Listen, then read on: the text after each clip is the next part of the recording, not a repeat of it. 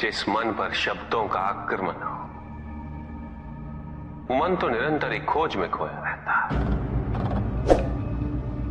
कभी शास्त्रों में, कभी पर्वतों पर, कभी समुद्र के किनारे, तो कभी तीर्थ स्थलों पर, कभी मंदिरों में, कभी वन में। किंतु जो वो खोज रहा होता है वो कभी मिलता नहीं, क्योंकि मन तो अभी भी स्थिर नहीं। वो व्यक्ति जहां भी रहे पुत्र, जहां भी जाए और जहां भी खोजे। तुमने भी सदैव शब्दों पर ध्यान दिया है कार्तिक, भले ही वो मेरे शब्द हो या किसी और की। तुम्हारी प्रतिक्रिया तो उन शब्दों पर ही आती, और जो मन केवल शब्दों को सुनता है, वो उसके निहित अर्थ से स्वयं वंचित रह जाता। शब्दों की सत्यता को समझने के लिए, उनकी अनुभूति के लिए, मन में शांति के साथ साथ रिक्तता भी अनिवार्य है, शून्यता भी अनिवार्य है। मन में इतना स्थान होना चाहिए पुत्र कि वो शब्दों के परे पहुंचने की यात्रा कर सके। किंतु मन कभी शून्य नहीं रहता, रिक्त नहीं रहता। वो सोचता है कि शब्दों का आधिक्य ही ज्ञान अर्जन है, शब्दों से ही ज्ञान है, इसलिए शब्दों का संचय करता रहता है। मन ये नहीं जानता कि परम ज्ञान तो शब्द अतीत है, एक अनुभूति जिसे शब्दों से बांधना असंभव है।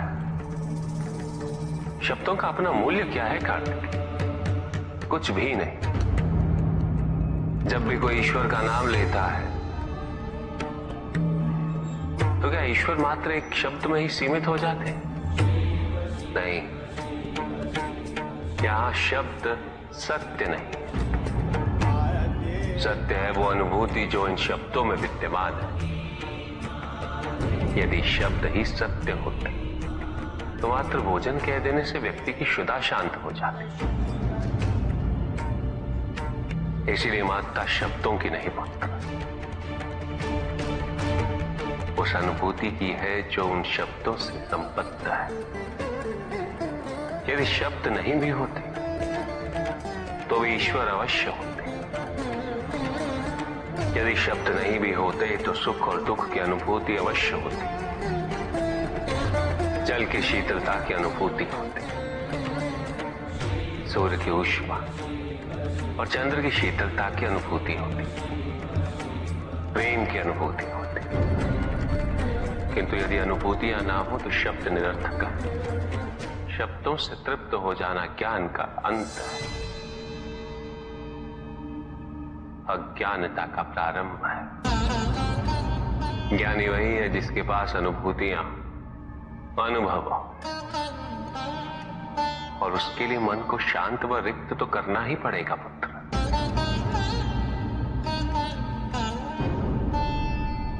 युद्ध किसी व्यक्ति से नहीं गणेश, मानसिकता से होता है। युद्ध में संघर्ष अच्छाई या बुराई का नहीं होता, सभी में अच्छाई है और बुराई भी है पुत्र। युद्ध तो विचारधाराओं का होता है। व्यक्ति अपने पराक्रम पर, अपनी क्षमता पर विश्वास कर युद्ध करता है, और जब उस विश्वास को क्षति पहुंचती तो सब कुछ निरर्थक प्रतीत होने लगता है। किंतु आपसे पराजित होकर भी लोहितांग क्यों नहीं समझ रहा?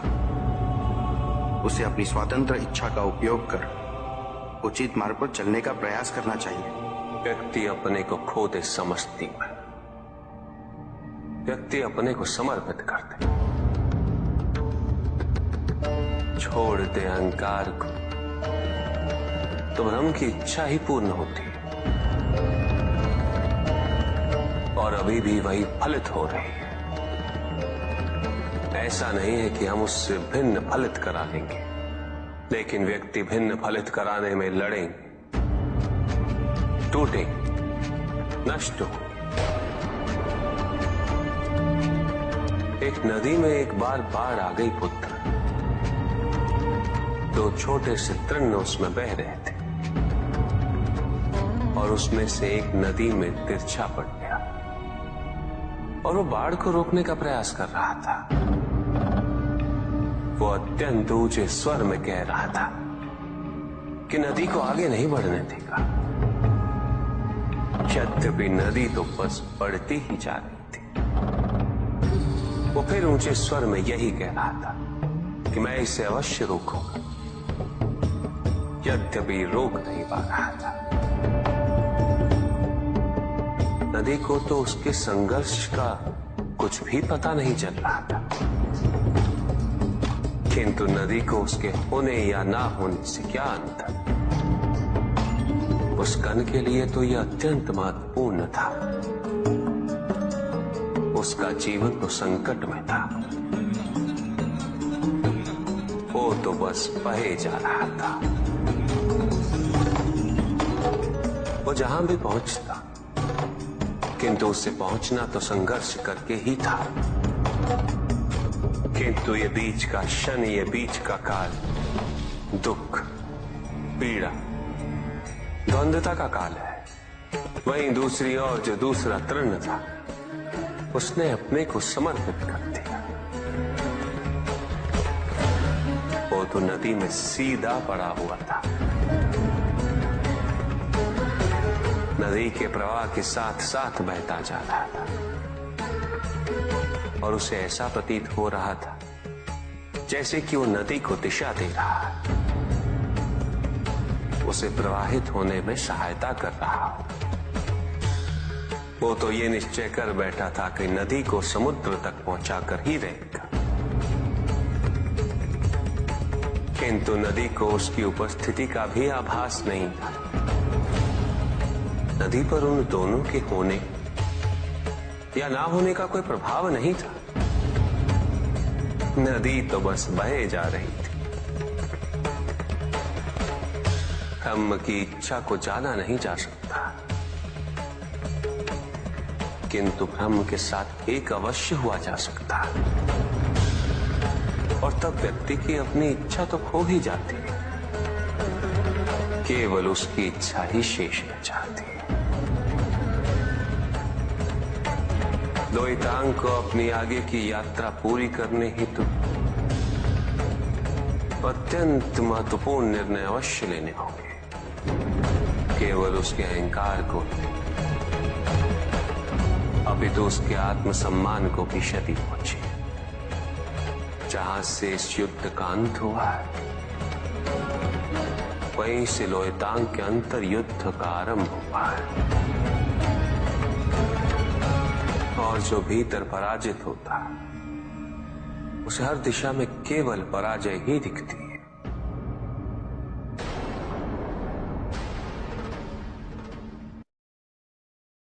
एक प्रश्न पूछ सकता हूं?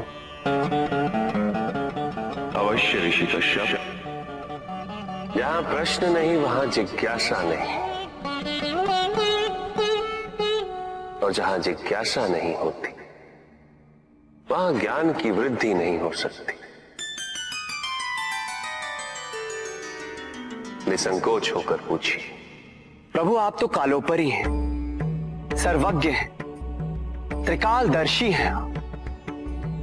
चारों ओर ये जो अज्ञान का अंधकार फैल रहा है, उसमें ज्ञान का मूल अर्थ कहीं ना कहीं खोता जा रहा। मेरा आपसे विनम्र निवेदन है प्रभु, किसी अन्य विषय पर चर्चा आरंभ करने से पूर्व हमारे और इस समस्त संसार के कल्याण और मार्गदर्शन हेतु आप ज्ञान की मूल परिभाषा से एक बार हमें पुनः अवगत करवाएं। ज्ञान और अज्ञान की परिभाषा को स्पष्ट रूप से समझने के लिए ज्ञान और अज्ञान की विशेषताओं का स्मरण करना आवश्यक है।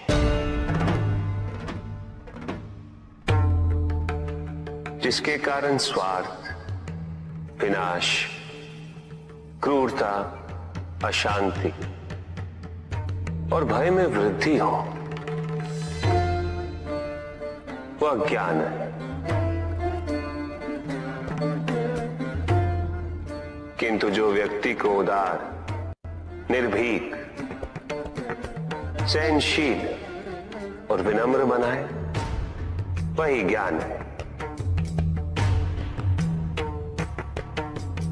अज्ञान की शक्तियां दुरुपयोग करने हेतु प्रेरित करती हैं, किंतु जो अपनी शक्तियों और अपने सामर्थ्य के प्रति अपने उत्तरदायित्व को समझाए, जो न केवल अपने अपितु अपने से पहले संसार के उद्धार हेतु प्रोत्साहित करे, वो ज्ञान है। ज्ञान का मूल उद्देश्य ही परोपकार है, सृजन है। दूसरों की भावनाओं को समझना, उनका आदर करना, यही ज्ञान है। क्योंकि ज्ञान हमें न केवल अपने अपितु दूसरों के दुख और सुख के प्रति भी संवेदनशील बनाता है। किंतु जो दूसरों की भावनाओं का अनादर करे, उसे ज्ञान की श्रेणी में कैसे रखा जा सकता है? अज्ञान के कारण व्यक्ति सांसारिकता में बंधता जाता है, मोह माया में उलझता जाता है। अज्ञान परम सत्य से दूर ले जाने का माध्यम है, किंतु ज्ञान व्यक्ति को परम सत्य की ओर ले जाता है। ज्ञान मुक्तिदायक है, मोक्ष का मार्ग है, और इस मुक्तिदायक ज्ञान का सर्वोच्च रूप है आत्मज्ञान, और यही ज्ञान की पूर्णता भी है। सभी के उद्धार के लिए मैं आपसे निवेदन करता हूं, भक्ति का उचित मार्ग बताए हमें, ताकि मेरी भांति दूसरा कोई भूल ना करे। भक्ति मुक्ति का आधार है पुष्पधन, और मुक्ति तो केवल समर्पण से ही संभव होगी। और समर्पण के प्राय भक्ति कब मोह में परिवर्तित हो जाती है,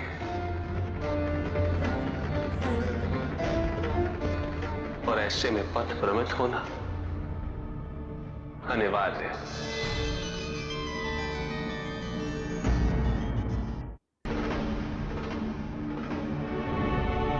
प्रभु, तांडव की परिभाषा क्या है तांडव? उसे आरंभ करने से पूर्व मन में कैसे भाव होने चाहिए? तांडव नृत्य जगत की 5 क्रियाओं का संकलन है। सृष्टि, स्थिति, प्रलय, तिरोभाव और अनुग्रह, अग्नि, जल, वायु, पृथ्वी और आकाश। मेरे नृत्याकार शरीर के 5 मुख, इन्हीं 5 भूतों से ब्रह्मांड का निर्माण होता।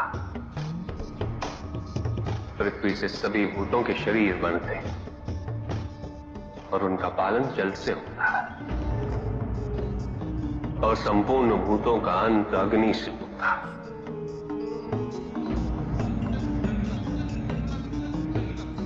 वायु तथा आकाश में तिरोभाव और अनुग्रह की शक्ति। इस प्रकार मेरे ये 5 महाभूत मुख मेरे नृत्य की 5 महाक्रियाओं का प्रतीक है। धन आवश्यक है ऋषियंत्र, क्योंकि धन मूल आवश्यकताओं को पूरा करने में सहायक होता है। किंतु जब कोई व्यक्ति इच्छाओं को आवश्यकता समझने लगे,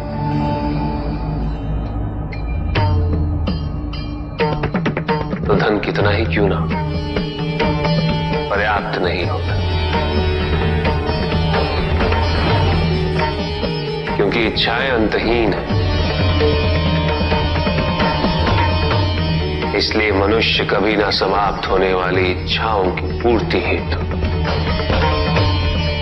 धन संचय को ही अपने जीवन का लक्ष्य समझ लेता है,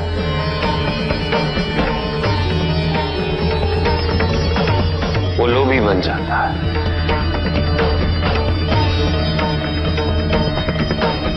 वो भूल जाता है कि उसके जीवन का मुख्य लक्ष्य ईश्वर के समीप आना है।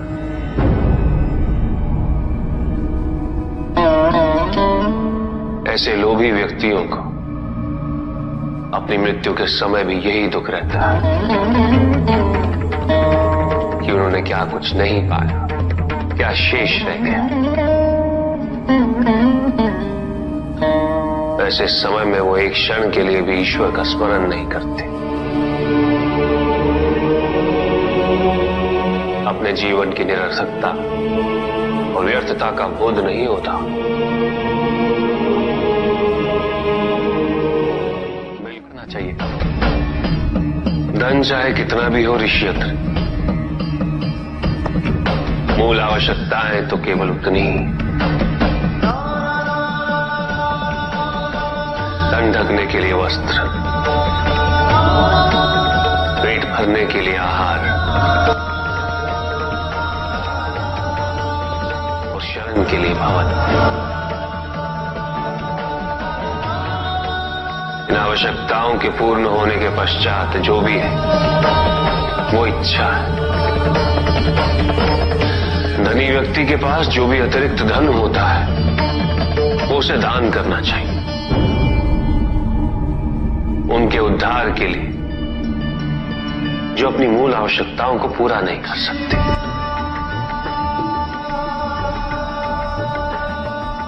ऐसा करने से संसार में समानता होगी, द्वेष नहीं होगा,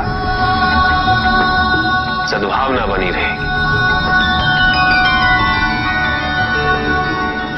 किंतु कुछ व्यक्ति इस तथ्य को समझ ही नहीं पाते। उन्हें अपने एकत्रित किए हुए धन से इतना मोह हो जाता है कि वो उसका एक अंश भी किसी और को नहीं देना चाहते।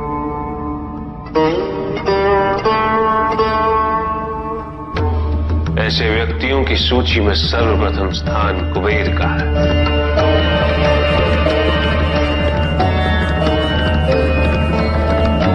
इस संसार में सबसे अधिक धन उन्हीं के। शक्तिशाली बनना अत्यंत कठिन है, किंतु उससे भी कठिन होता है शक्तिशाली बने रहना। और इसके लिए आवश्यक है कि हम शक्तियों से प्राप्त हुए उत्तरदायित्व का सम्मान करें।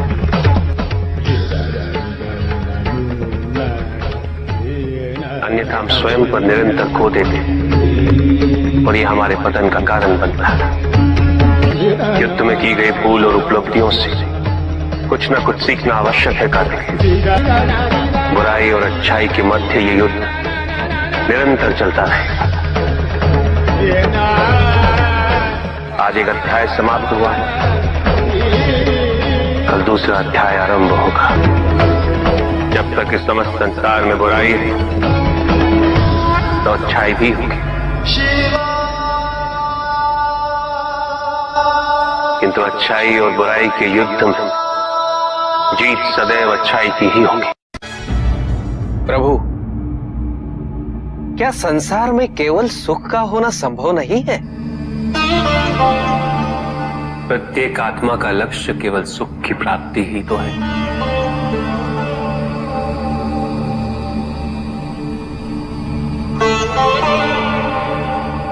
परमानंद की प्राप्ति, किंतु हम सुख नहीं,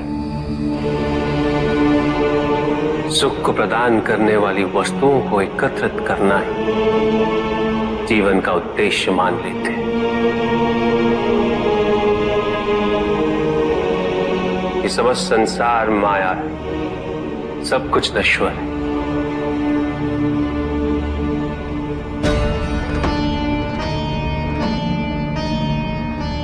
जिन वस्तुओं को हम सुख का स्रोत समझकर एकत्रित कर रहे हैं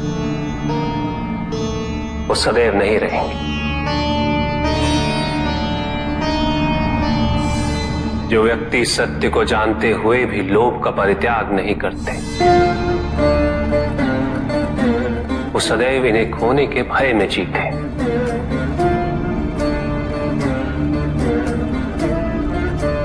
और जो व्यक्ति सत्य को जानते ही नहीं, वो अहंकार में जीते।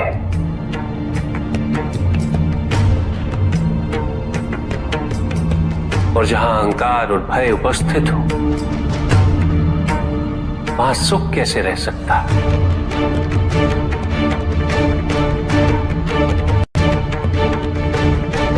किसी को यह दुख है कि उसके पास कुछ भी नहीं, और जिसके पास सब कुछ, उसे यह दुख है कि पाने को कुछ शेष नहीं। सुख को हम स्वयं अपने दृष्टिकोण से परिभाषित कर देते हैं, जबकि वास्तविकता इससे भिन्न है।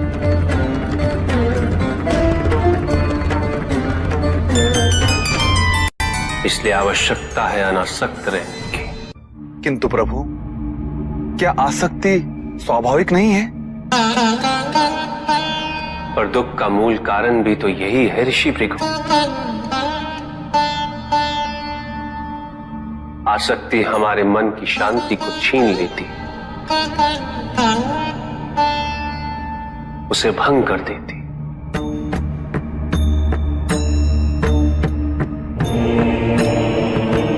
हमारी बुद्धि को स्थिर नहीं रहने देती, उसे चंचल बना देती।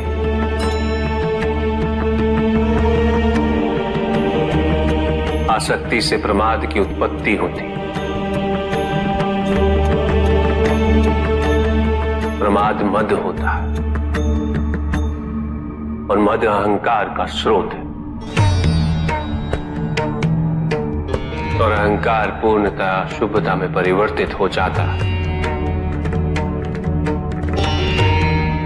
अर्थात आसक्ति अशुभता की जननी। इसलिए अनावश्यक है। तो प्रभु, आसक्ति को अनासक्ति में कैसे परिवर्तित किया जा सकता है? और हम आसक्ति से कैसे उबर सकते हैं प्रभु? आसक्ति से मुक्त होना ही अनासक्ति।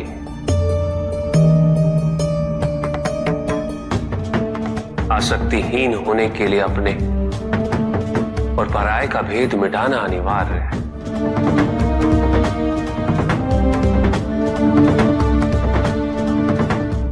और यह तभी संभव होगा जब हम सुख की खोज बाहर नहीं, अपने भीतर करें। जब हम यथार्थ को पहचानें, उसे स्वीकार करें।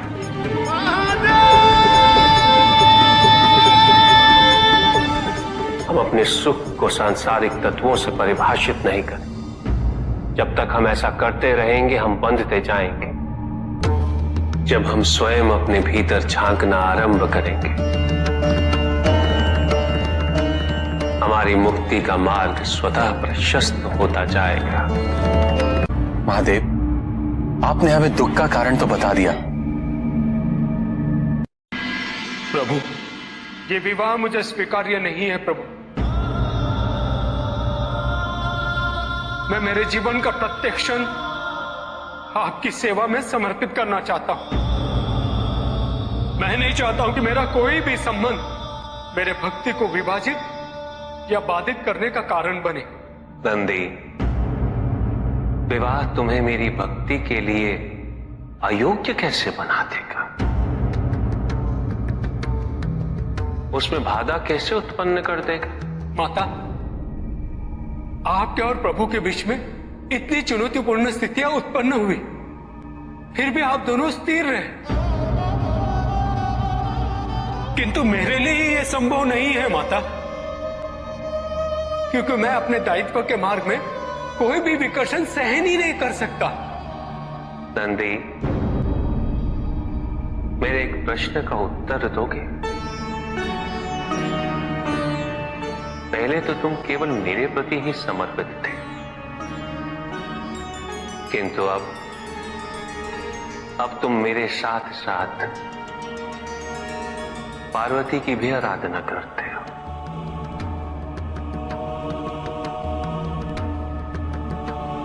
क्यों?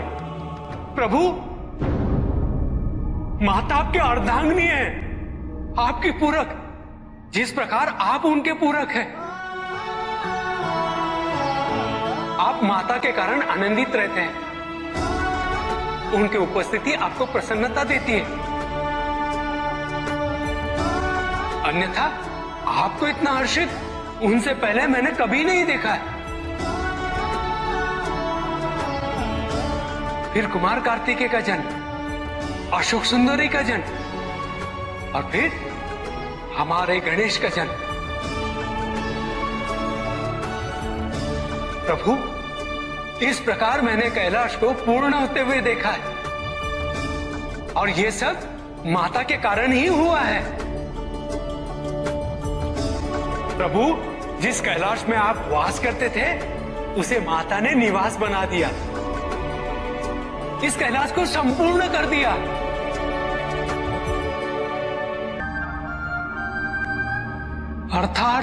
अर्थात व्यक्ति की पूर्णता हेतु विवाह आवश्यक है नंदी। जैसे स्वामी और हम एक दूसरे के पूरक हैं, उसी प्रकार तुम्हारी अर्धांगिनी और तुम एक दूसरे के पूरक बनोगे। विवाहित जीवन की अनुभूति, परिवार का सुख,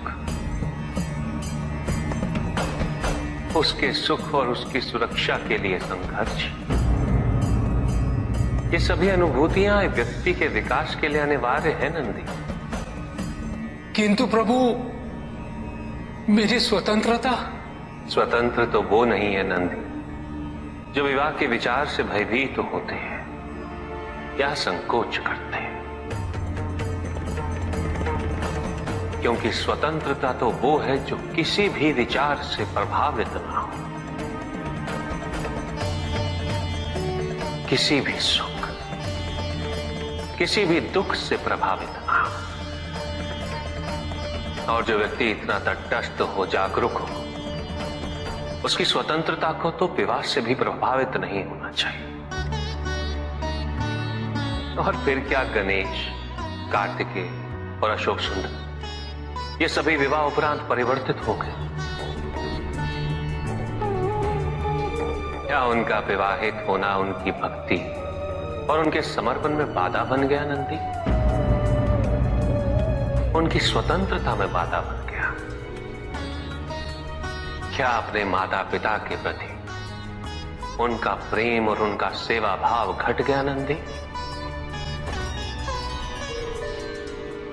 फिर मेरे एक और पुत्र को ये चिंता क्यों?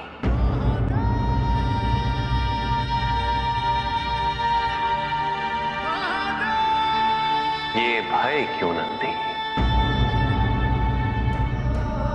अग्नि जलाती है, जल बुझाता है, दोनों के कार्य क्षेत्र पूर्व परिभाषित और भिन्न है। दोनों एक दूसरे को प्रतिस्थापित नहीं कर सकते। इसी प्रकार इस समस्त संसार में सभी की भूमिका पूर्व परिभाषित। संसार की यही विविधता इसकी विशेषता भी है।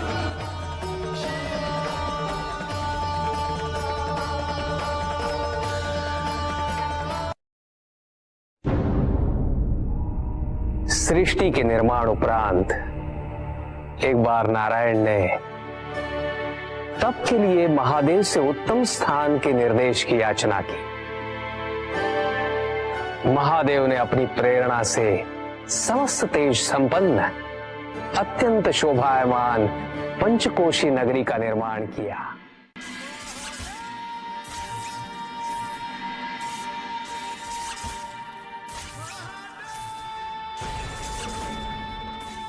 वहां उपस्थित होकर नारायण ने बहुत काल तक तपस्या की।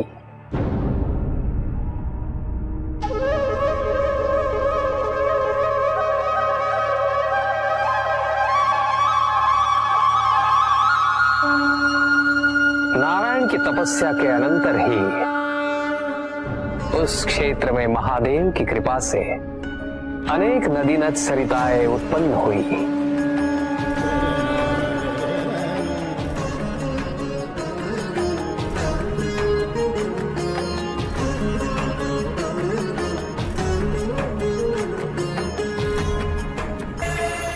इस सब को देखकर आनंदमयी हो उठे नारायण ने जैसे ही अपना शीश हिलाया, उनके कान की मणि गिर पड़ी। मणिकर्णिका के उस पंचकोश वाले विस्तृत क्षेत्र को महादेव ने अपने त्रिशूल पर धारण किया। महादेव ने अपनी शक्ति से उस पंचकोशी तीर्थ को सभी 14 लोकों से पृथक रखा और आगे इन सब से अलग उसको मृत्युलोक में स्थापित किया। नारायण की यह मणिकर्णिका हमारे द्वारा निर्मित इस विश्व में स्थान पाए और सभी जीवों को हमारी ओर लाने का साधन बने। महादेव, आपने कहा था कि आप इसे इस लोक में स्थापित करेंगे। अब समय आ गया है। महादेव की कृपा से उस मणिकर्णिका का विस्तार पंचकोश तक हो गया। ये मणिकर्णिका पंचकोश की काशी बनकर इस पृथ्वी पर सदैव रहेगी। यह अविनाशी है, चिरकाल तक। सृष्टि के अंत के पश्चात भी इसका अंत नहीं होगा। ये भूमि मुझे सदैव प्रिय रहेगी। यहां तप करके स्वयं नारायण तीनों लोकों को प्रकाशित किया, इसीलिए ये मुझे अत्यंत प्रिय है। मैं इसे कभी भी नष्ट और विनष्ट नहीं होने दूंगा। ब्रह्मदेव, जब संसार के आवर्तन के पश्चात प्रलय आएगा, मैं इस काशी को पुनः अपने त्रिशूल पर धारण करूंगा और नवीन संसार में पुनः स्थापित करूंगा।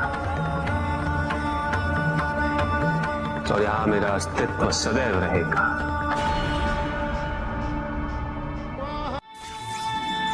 महादेव ने उस क्षेत्र से अपने आत्मिक योग को ध्यान में रखते हुए अपने ज्योतिर्लिंग को वहां स्थापित किया, जो इस क्षेत्र से कदापि पृथक नहीं हो सकता। विश्व की स्थापना तो हुई, किंतु इस ज्योतिर्लिंग को आपने उस स्थान पर स्थापित किया है जिसकी ऊर्जाएं विश्व से परे। इस ज्योतिर्लिंग को विश्वेश्वर ज्योतिर्लिंग के नाम से जाना जाएगा।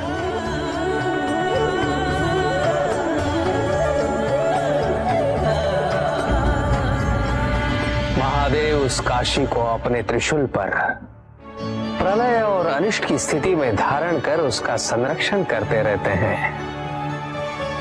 इसीलिए ये क्षेत्र सभी लोगों से न्यारा है। नारायण की मणि गिरते ही उस स्थान का नाम मणिकर्णिका तीर्थ पड़ गया।